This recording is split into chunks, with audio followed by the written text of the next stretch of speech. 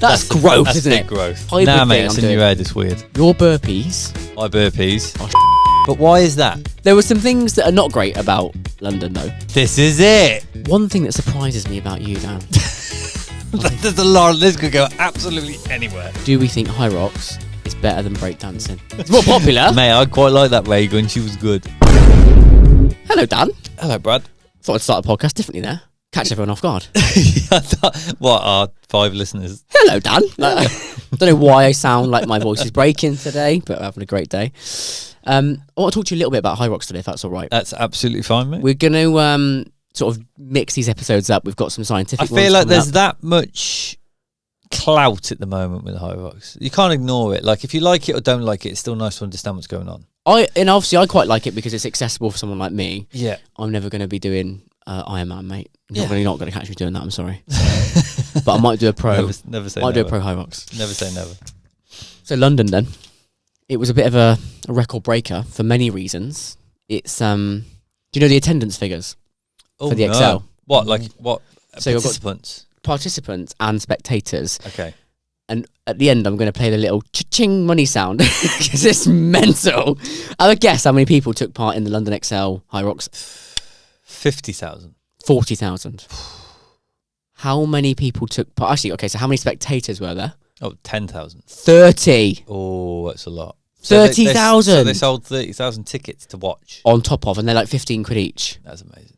That's So good. I'm not doing the maths, going to make me feel sick. So 30,000 spectator tickets across the 4 days or whatever it was, and then 40,000 athletes. I looked this up because I thought, how much has Hyrox grown, right? A lot. So the first year it was held in London was 2021 only, would you believe? No way. The first year. I didn't know that. Wild. That was actually further ago than I realised. Well, no, but that's not that far. 4 years. Yeah, okay. That's nothing, right? Yeah. That's, that's a COVID, right? So, first one in 2021, we had 40,000 participants. This last month. How many in 2021? 4,000. 650. Mental. 650. What the fuck? How? What? That's growth, that's isn't big it? growth. If you started a business and it grew like that in the first 4 years, you'd be like, I've completed life, mate. Yeah, like if you sold 650 something and it grew to 40,000. And plus 30,000 spectators. 70,000 really, isn't it? Yeah. And here's the ching. There you go. So I was listening to a podcast, and they said that next year they estimate that 1.3 million people will do Hyrox. Across the world, or? Yeah, so they got 30 countries involved now. They've just signed a real big sponsorship deal with, and I can't remember who it was. But basically, it's just another step towards them becoming... Loads of sponsors like Amazon, MyProtein, Yeah, Puma, this was big. Sports Direct. This was a big one. This was a very corporate-y something or other. It's just grown phenomenally, and obviously... Those companies have just jumped on board because it's the thing. Yeah, the OGs, I think, are like MyProtein, maybe, and Puma. They were just, My Protein and Puma were smart, though. They were just lucky. They just took a break on it, didn't they? Yeah, They took a punt on what it was, and then bang. Like, My Protein has literally skyrocketed. The sales must be going through the roof. Just because they of put those little tattoos on you, don't they? Yeah, well, Tim Vilsh had it on Sydney. Veenish. Tim Veenish. Pretty sure it's Veenish anyway. Vinish, yeah, Tim Vinish. Vilch. Basically, the little guy who won. Basically, Tiny Tim. Yeah, that's it. As Hunter would say. That is his nickname. There were some things that are not great about London, though. Well, I feel like I've seen a couple of reels online, and everyone I've spoke to who went said it was great. Oh, good. Okay. I'm sure you have. Mixed. Oh, really? Okay. Well, I don't want to throw shade on anything. Like, I feel like I'm a bit of a shade thrower anyway sometimes. I was about to say, yeah, are you sure? all right. I'm just trying to come on, I'm trying to be less grinchy. Are you growing, Dan? I am. I'm always evolving. Yeah. Always evolving. Obviously the highlight or low light, if you want, is those reels of people queuing. I mean, that can't be real.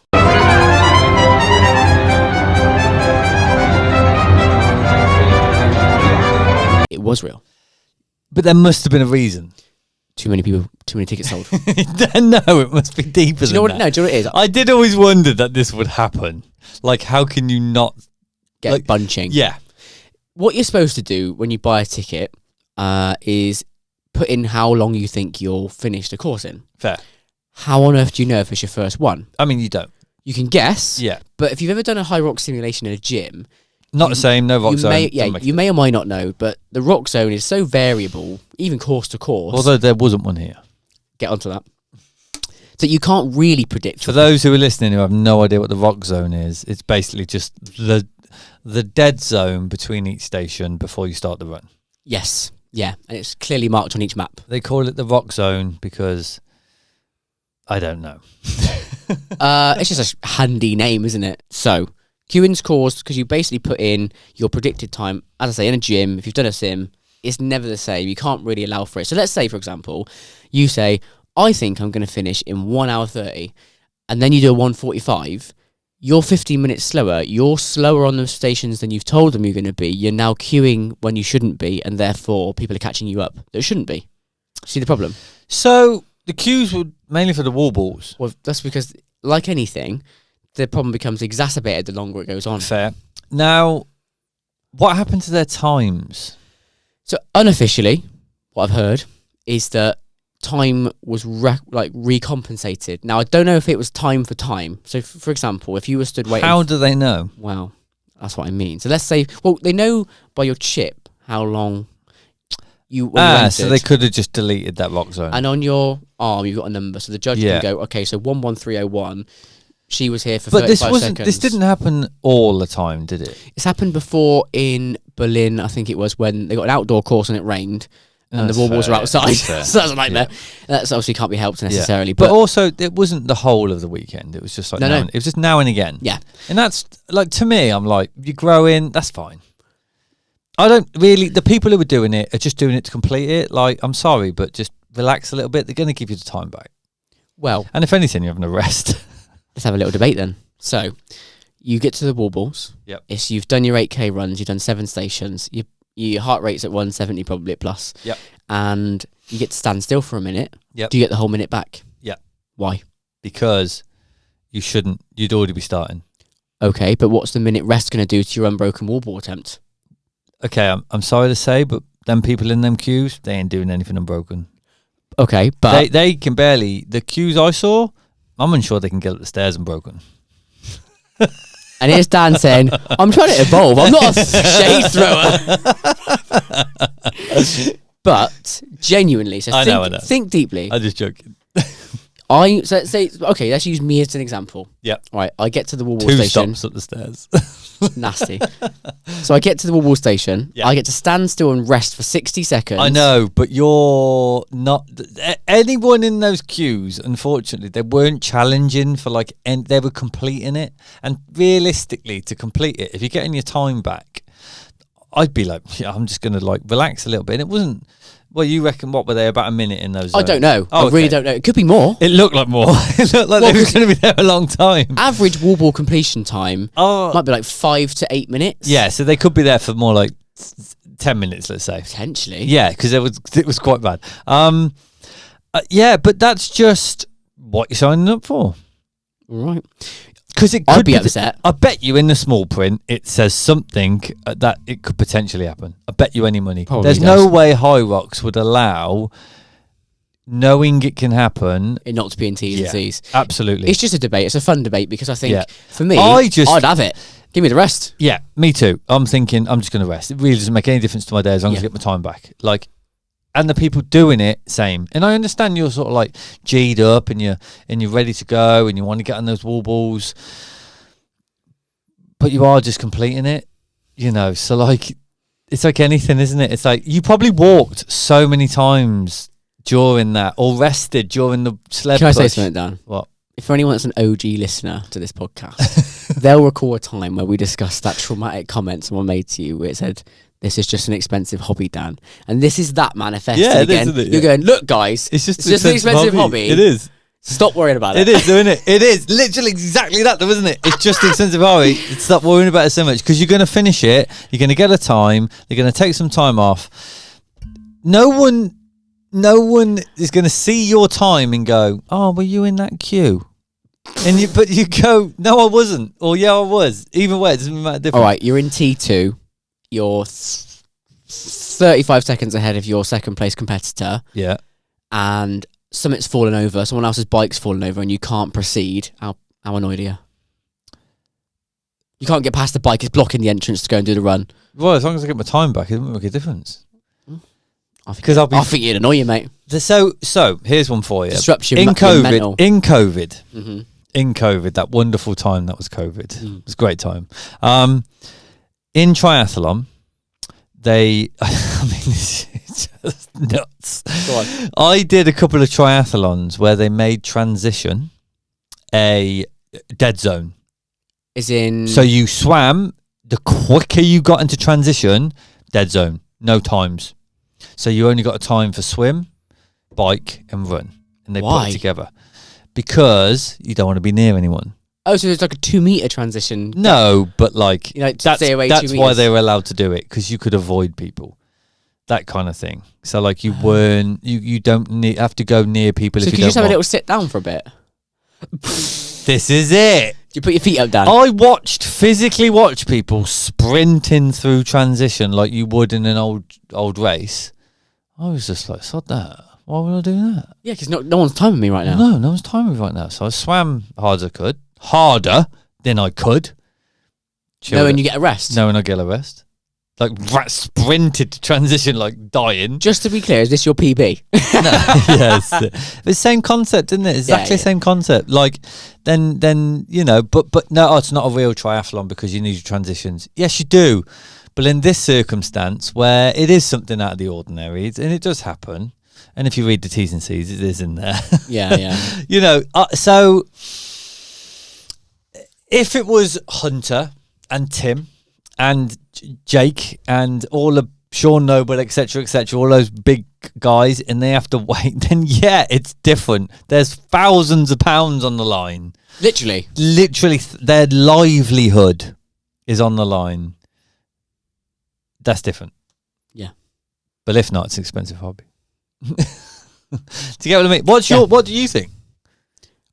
Personally, it's my race that I've trained for. Yep. And my methodology's been disrupted. I'd be really annoyed. Okay. Frustrated. Understandably, like it's not like I'm mad at Hyrox. It's just it's unfortunate. Yeah. But I would be mad, but not directing it at one person or one thing. No. So I'd be frustrated. I would. It's someone's fault. It's Hyrox's fault. Oversold it. Yeah, maybe. It's their fault. Yeah. It's not the participant's fault. The other thing that was different about London was, like you say, there was no rock zone. As what you said. Yeah. There was a rock zone. Oh. But not a traditional rock zone. It was just small. So to accommodate, I think, for the massive number of people that were going to be on site, what you normally have, and this is what made the whole thing different, is you have a venue where athlete check-ins over here, spectator check-ins over here, and then you go into the course. Okay. The running course encompassed all of that for the first time, I believe. So you would go over the bridge into the course, better than having to try and cross the course, 'cause that's a nightmare. And then within that was athlete check-in and all the things. Such a massive running course, which meant that rather than having the rock zone inside the running course, everything was in there. So all the stations were lined up. All of the sales piece and the athlete check-in was tied up. So what they did was basically have a start line that went all the way round. So 80% of the track was the 1K. And then the 20% left was the rock zone. So you'd go into ski, out of ski, and there would be 100 meters before you get back to the run track. Yeah, okay. That's the rock zone. But it wasn't in a traditional layout, basically. Yeah. Did that mean they had less sleds and things, though? No. Okay. Exactly the same. Yeah. So the course was laid out exactly the same. Why didn't they just have more sleds? I suspect they probably did. And more wall balls? I don't know what the number is, actually. I've never looked at how many stations there are within a station. Per start or whatever. Yeah, I don't actually know. It'd be a good one to look up. Yeah. I don't know either. Courses I've been on, I'm thinking 50, maybe. 50 wall ball things set up. Maybe. Less. Probably. Definitely looks less on telly. 50. They don't put more up, do they, for like the pros? They just keep it the same. I don't know, actually. Yeah. The pro race is smaller. Oh, no, I know that. It's very specific, the pro race. 20 of them, yeah. That's it. 15. 15. Elite 15. Called Elite 15, yeah. Sometimes there's a helpful tip in the title, Dan. Sometimes. Yeah. Not always. Not always. So yeah, there was a rock zone. So my debate I want to have with you is basically, is it better to have that single lap, massive track, and then that chunky bit of rock zone there on its own, or shorter track, 4 laps, 3 laps, 2 laps, whatever it might be? No, bigger, like straight round. Talk me through it. You can just get your pace up. Less turning. Leaning, aren't you, if you're on a track? That's why I said 25 laps, mate. If you're down to physio, no good for you. So, I'd say you can get into your stride around the K. So as a runner, you're thinking, Yeah, definitely. They'd have been faster. The times were faster. It was a faster course. yeah, there were some good times in London. Yeah, very fast. And I believe they've taken it from the Elite 15 model, haven't they? So like the first Elite 15. Oh no, that was multiple laps, wasn't it? Well, it's just multiple. There's no, like, it didn't used to be round all the time, did it? So it was all a bit. It was all over the place before. yeah, it's wasn't venue dependent, I think, Yeah. to be honest. But I suppose my feeling was that because I've experienced Birmingham, which was huge track, 2 laps, I believe. But then what it didn't do is they just had like the stations just spaced out across this massive track. So the rock zone was gigantic, like gigantic rock zone. You were running 250 meters between stations sometimes. Yeah, so your times are very course dependent, which realistically is weird. Yeah. However, to me, that means that people are just going to stop entering certain courses. It's why some don't sell out. Yeah. So my view was that Cardiff was better than Birmingham Yeah. because the course was closer together. More laps, but it was all close. Yeah. So your time Times in are the rocks- faster. I felt like, this might be a personal thing, but when you go around a corner, in my head I'm going, zoom. Zoom. Why? I don't know. Like the Flash. It's just like, zoom. And I just feel like, turning feels Yeah, I get what you gangster. mean. You sort of like drop the weight and go. Yeah. Yeah, like drop the shoulder. But Pow. is that like an explosive hybrid Nah, thing mate, I'm it's in doing? your head. It's weird. It's nothing. Okay. It's not a thing you've made it up. Too much coffee.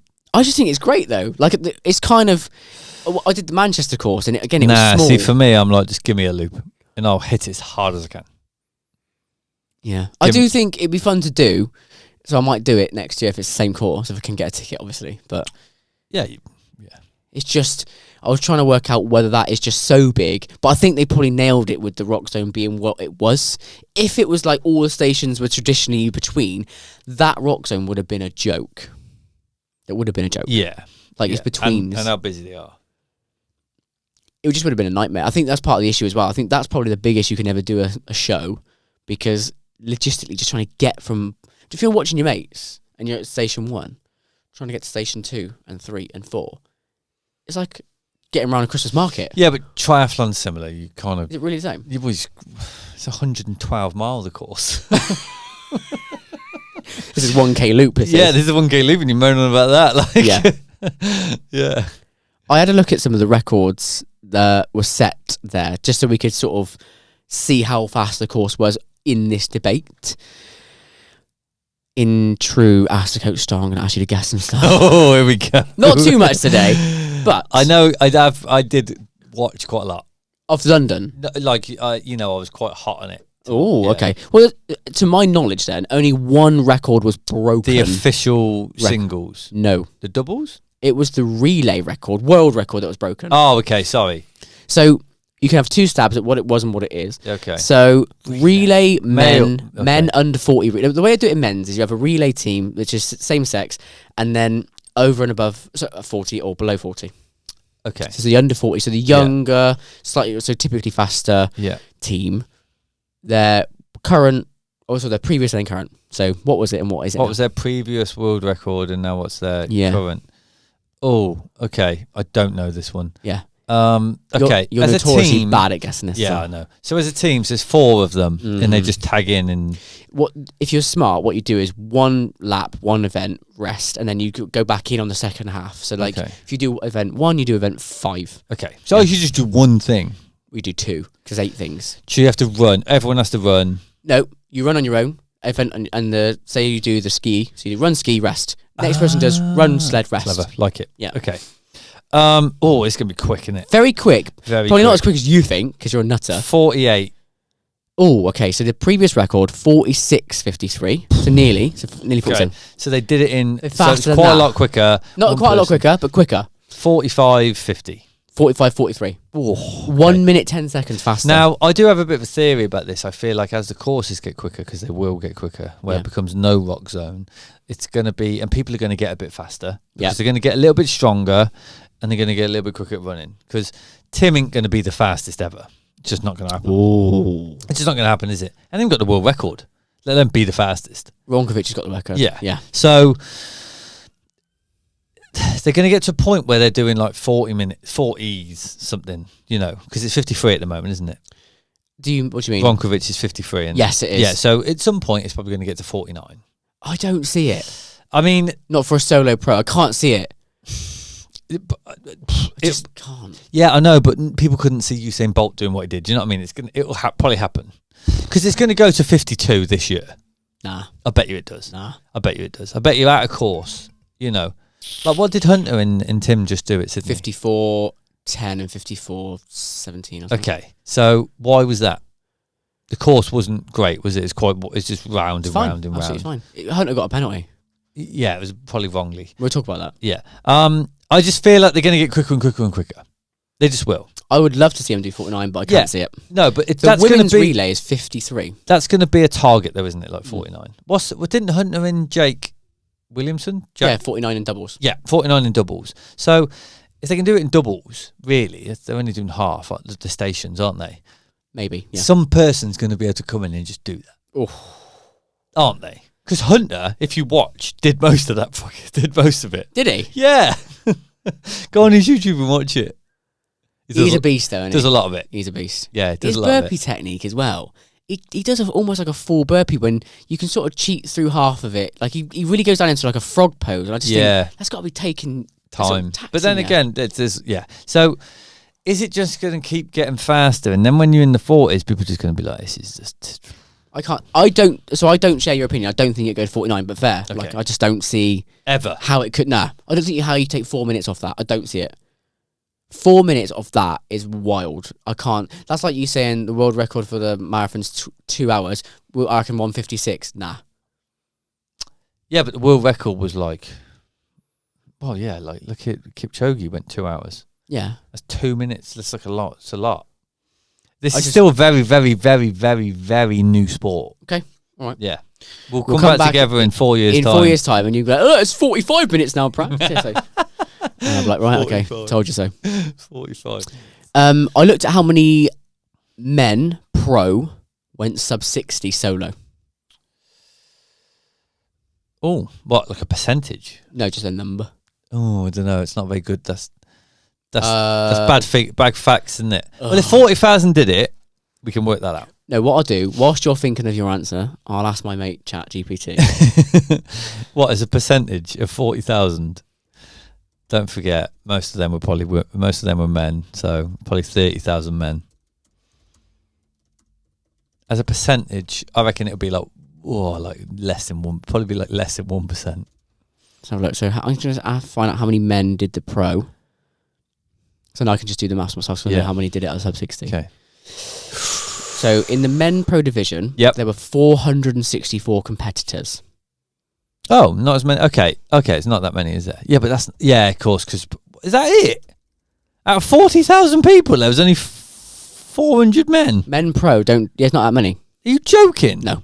Why? Just the pro tickets are tiny, mate. It's all open category. But why? Because open is accessible. Pro is wild weights, isn't it? If you're not trained and you're not at that level, it's a ridiculous ask. I feel like I don't think so. What? It's not ridiculous. How is it ridiculous? Well, I mean, I've never done pro. Yeah, but like, why? Because I'm scared. I'm frightened. Leave me alone. Okay, I've got a percentage here. Hang on then. So, amazing. I've got the percentage of it as people that took part in pro or men that took part altogether in pro and open. But I will just do it over. So you got 464 men that did pro solo at that event. That's a lot, mate. That's not out of 40,000 people. Was it 1%? Yeah, 400. Yeah, 1%. Isn't it? So 1% did pro men. That's the hardest discipline. So 1% out of men, 1% out of 40,000 people did the bigger weights. Yep. And then what percentage of those 464 broke 60 minutes? Not many. I'm going to say percentage wise. I'm going to say So obviously one would be 40 people. No, that'd be 10. So one would be 4. So I'm going to say 20%. 6.47%. Oh my God. 30 men. Oh my God. That's the standard of... But obviously the Elite 15, the last place in today's race was like 58 minutes. Oh, okay. So do you know what I mean? So it is an elite class of people that can do that. Yeah, okay. Do you see my point? That's Yeah, wild. got you. Okay. It's a very, very hard thing to do. Yeah, okay. Good perspective for the audience, though, isn't it? There we go. To understand. So when we had that debate a long time ago about what's harder, you know, a sub 2:30 marathon or a sub 60 Hyrox, and you laughed in my face. No, a sub 2:30 marathon is definitely harder than a sub 60. Hyrox? Yeah. No. Yeah. No. Yeah. But I could do I reckon if I had enough time, I could definitely go sub 60 at Hyrox. But like, I probably could go sub 260. I don't know. That's flipping hard. You chat EVT in it. What's harder? Yeah. I'm not asking it for its opinion. I'm not asking for its opinion. Chat GPT, which one's harder?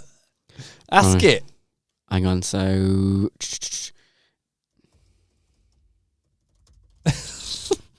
What are you? You can't just do this.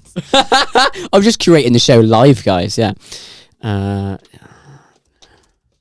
So what I'm going to ask chat now is in Valencia, what percentage of the men taking part did under 2:30? Not many. Well, we're going to compare the numbers, Daniel. So I believe, wasn't it like 20,000 people did it?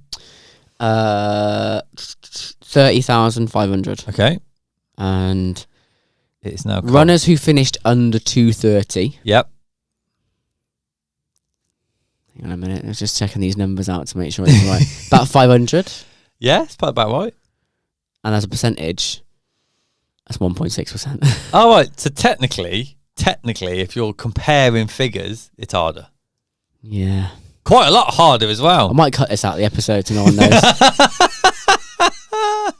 This is only ChatGPT though, mate. No, but if you had to give me an athlete and said, okay, they're of a certain level, what can we make them do?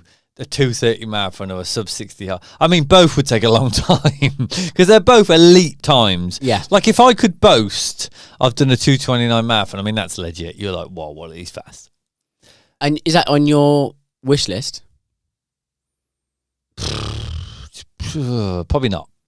I just don't think I'd ever dedicate enough time to just doing a marathon alone. But then neither is a sub 60 Hyrox on my own. If you can do it. I don't think again I could dedicate enough time to do it. Yeah. I mean they're both goals that would be really cool to have, but they're neither goals that I would go, I've got a year, because you'd have to give everything else up in terms of sport. Like you'd have to really dial into that. Yeah. Okay. Because I'd have to bulk weight on, and I could run it now. I could do the runs. So if I could tag someone strong, could do it as a, they could go and push the sled and I'll tag them and do like a 3:30 or something for the K. But I couldn't then push a 200 kilogram sled. No, I've seen you go. You're doing all right actually, the sled. Yeah, it's got there. Yeah, but I need to but going sub 60s, putting it all together is a different level. Yeah. This podcast is brought to you by A1 Physique. Now, all throughout these episodes, you'll hear Coach Dan and myself talk about the importance of recovery for your training. Nothing better than collagen for instant recovery from really intense workouts. Ligaments, tendons need repair. And by encompassing this in a morning daily coffee, it becomes the easiest supplement to add into your daily routine.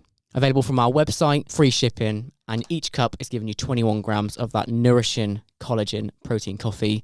Perfect for athlete recovery and endorsed by Coach Dan himself. One thing that surprises me about you, Dan. There's a lot. This could go absolutely anywhere. Your burpees. My burpees. Oh, shit. But why is that? Well, you know this. We've talked about it so many times on the podcast. Well, you run in one direction and you're not basically... You're not trying to be powerful when you're doing that running, right? You're not trying to be powerful, explosive in your run. You're rigid, but you're not explosive. You want to be stiff. Exactly. I was so shocked at your burpees. It was because when we do Hyrox training, I was thinking, right, everything aerobic, Dan's going to smash me. Everything aerobic. If I can do anything better, it might be a sled push to start with and the pull. But Beyond that, the aerobic stuff like the row, the burpee, the ski, you're just going to nail me. Your burpees? What? It's like, you know when you get a fish out of water and it can't move properly and it's like... Flapping around. You know them Christmas cracker fishes that you get? Yeah, like I literally look like one of them. But what? What is going on? You know why, though? You know why. Why is it? But I want you to explain. Because there's no power. That's what I mean. I lack power. Like, I train... But intentionally, isn't it, really? Not intentionally, no. I mean, yeah, I guess so, because if your power ceiling's really high, then your aerobic, it's hard to become it's hard to be quite as aerobic. I mean, that's where like a hunter is really good, because he's really powerful and very aerobic. It's a good balance. He's still way more aerobic. Yeah. Way more. They all are. And like, I watching them, their burpees still aren't brilliant. They actually aren't as good as you. You can jump higher. Yeah. But then I'm not as aerobic nowhere near. Yeah, so if your ceiling's this high, so I get quite a lot of athletes on board, and they've got this amazing pattern. So we'll do like sessions, and I'll be like going to zone 5 and do like a 30-second sprint or something, and they'll just pop out like a 2:30. Look yourself.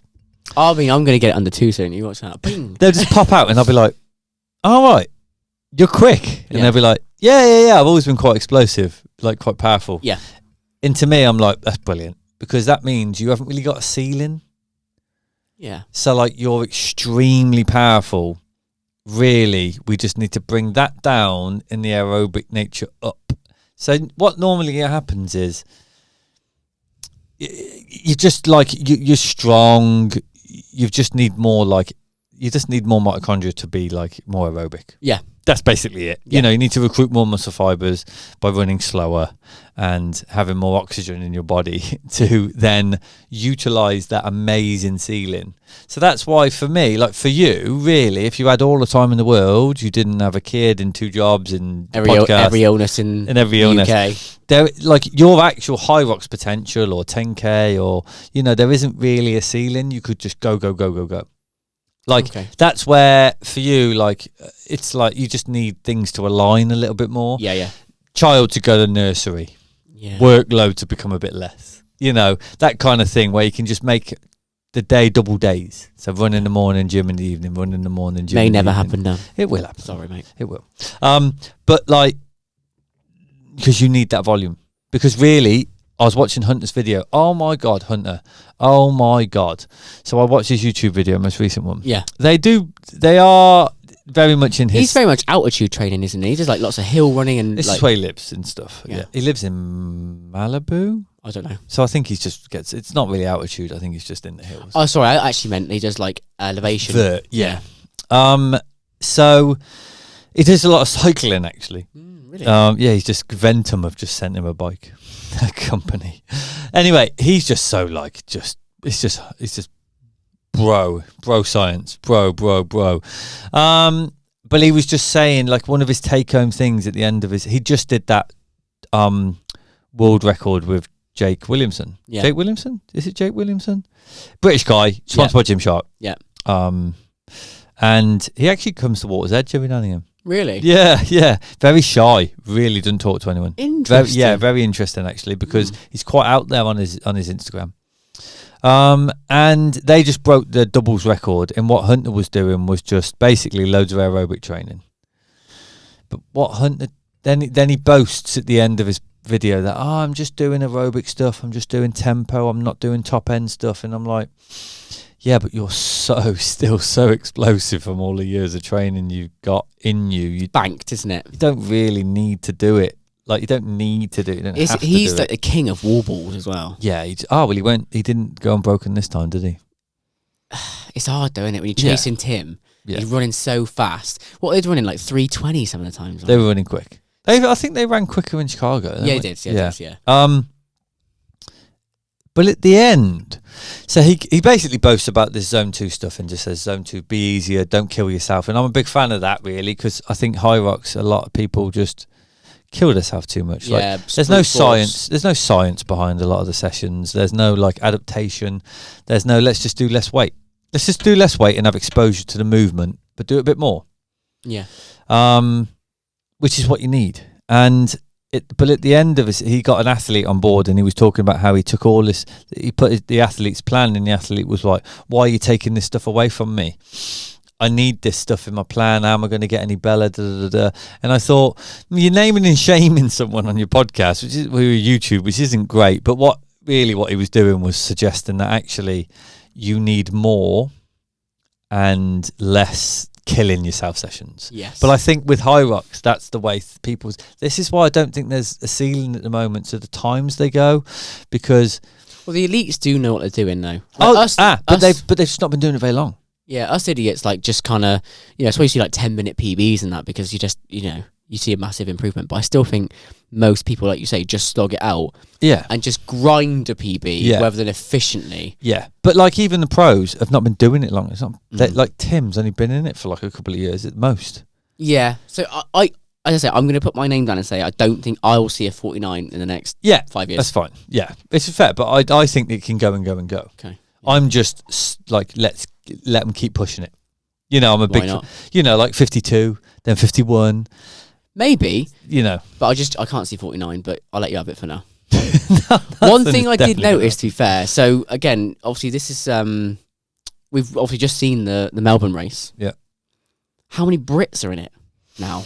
Yeah, that's true, actually, yeah. Have a guess. Oh, 5? How many? So there's 15 elite athletes in that race. Yeah. You say 5 Brits. Yeah.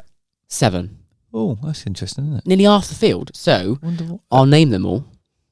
You've got, obviously, Sean Noble, you mentioned, right? He's Irish, so... Yeah, it's Irish, but it's Brit. Yeah, fair.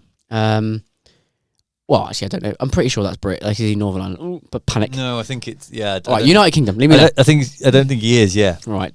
Fact check me. Great Britain?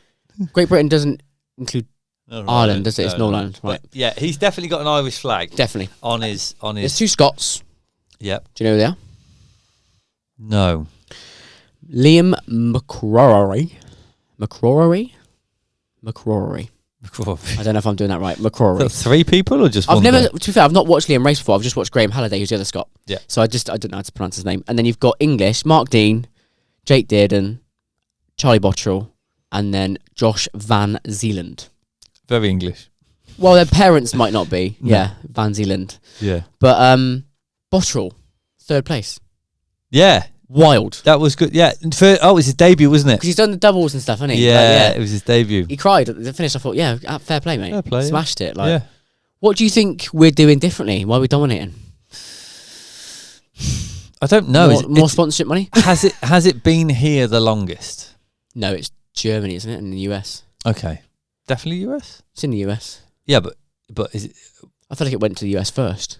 Yeah, I don't know. I mean, normally... Like CrossFit. That tends to be what happens, is that they're the leaders. They popularise it, yeah. I mean, I guess that is kind of the truth, because the 2 leading ones at the moment are German and US. There we go. And maybe we're just catching up. We're just catching up. But to have 7 in the field, the future looks bright. Do you not feel like it's quite a British sport, though? No. I do. I think it's very European. I don't.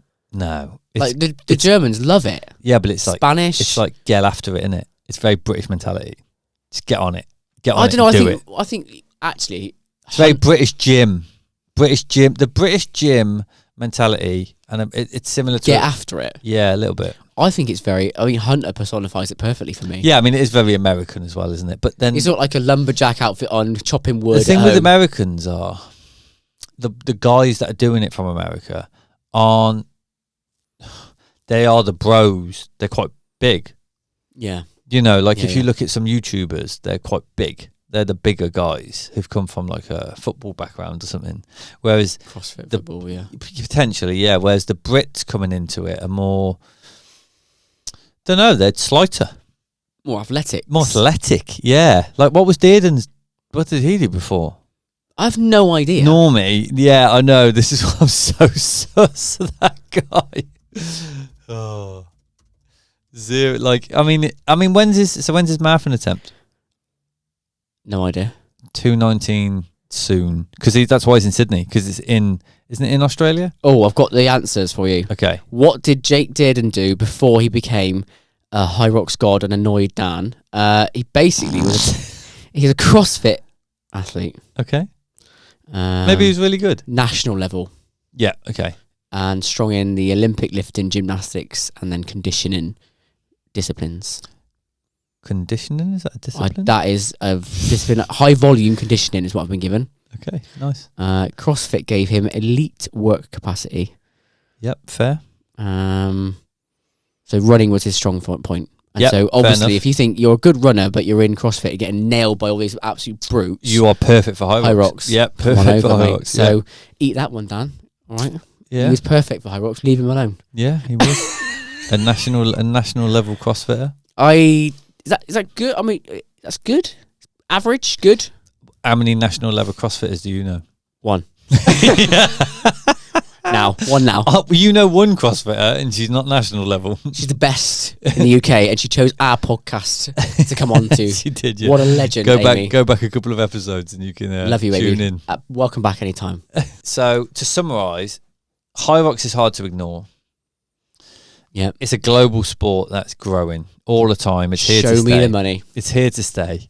They're getting things wrong every now and again, but I'm sure they'll get it right. Got to evolve, hasn't it? Let's not throw shade on them. The athletes are getting stronger. They're becoming smarter. They're getting faster. The courses are getting a little bit faster. If you've never done it and you fear it because you don't know about it, don't worry. It's here to stay. So This is a metaphorical arm over the shoulder from you, Dan. yeah, it's kind of like, ooh, I like it because it's good for science. It's good because it mixes endurance and power, which is quite good. It's quite a good thing for me. And there are some people that are in a better position than others, aren't they? Yeah, but naturally, and it's such in its infancy. But then people are going to come into these sports and do well anyway. People still come into triathlon and do well.